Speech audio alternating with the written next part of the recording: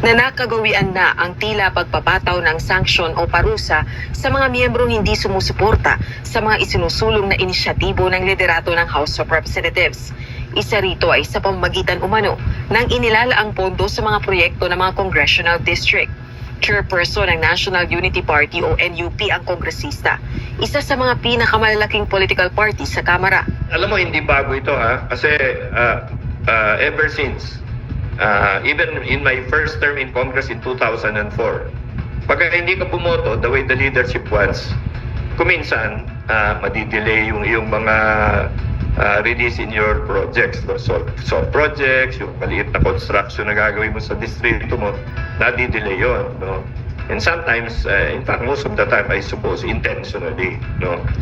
So, parang kumbaga, nasana na yung lahat sa ganyan. Na pagka, if you don't vote the way the leadership wants, ganyan ang mangyayari. Ginawa nito ang pahayag ilang araw bago pagbotohan sa plenaryo ng Kamara ang Articles of Impeachment laban kay Vice President Sara Duterte.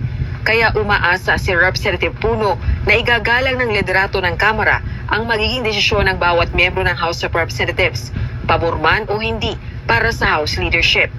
Anya, sa 55 miyembro nila sa NUP, 30 ang nagpahayag ng suporta sa impeachment. Ang iba naman, no vote anya, dahil sa kanilang constituencies.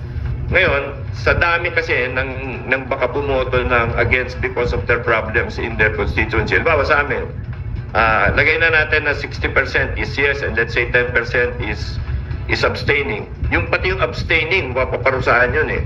So 40% ng partido namin ang mapaparusahan. Okay? So if 40% of our members are going to be sanctioned for voting what they think, hindi naman siguro tama na the leadership of the party will allow this to happen, di ba? Ang umano'y kaugnayan sa issue ng impeachment sa pag-release ng pondo sa mga distrito, nabanggit din sa privilege speech ni Caloocan 2nd District Representative Edgar Erice.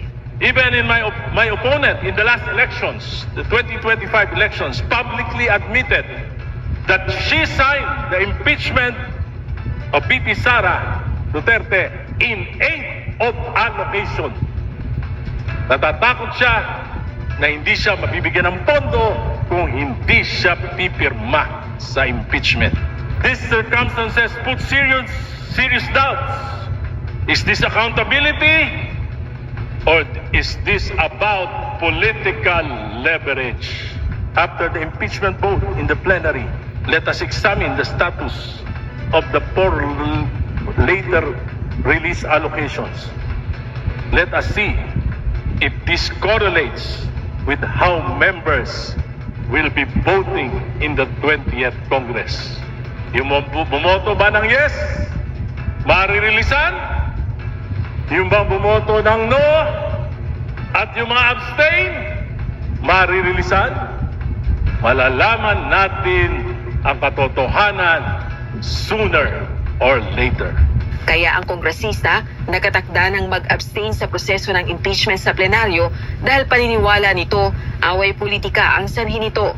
Una na rin itong sinabi na hindi ito dadalo sa sesyon sa plenaryo ng Kamara sa May 11 kung kailan inaasang pagbobotohan ang Articles of Impeachment laban kay VP Duterte. Samantala, opisyal nang inutusan ng plenaryo ng Kamara ang House Secretary General na bigyan ng kopya ang lahat ng House members ng Committee Report No. 281 at House Resolution No. 989 na nagtatakda ng Articles of Impeachment laban kay VP Duterte.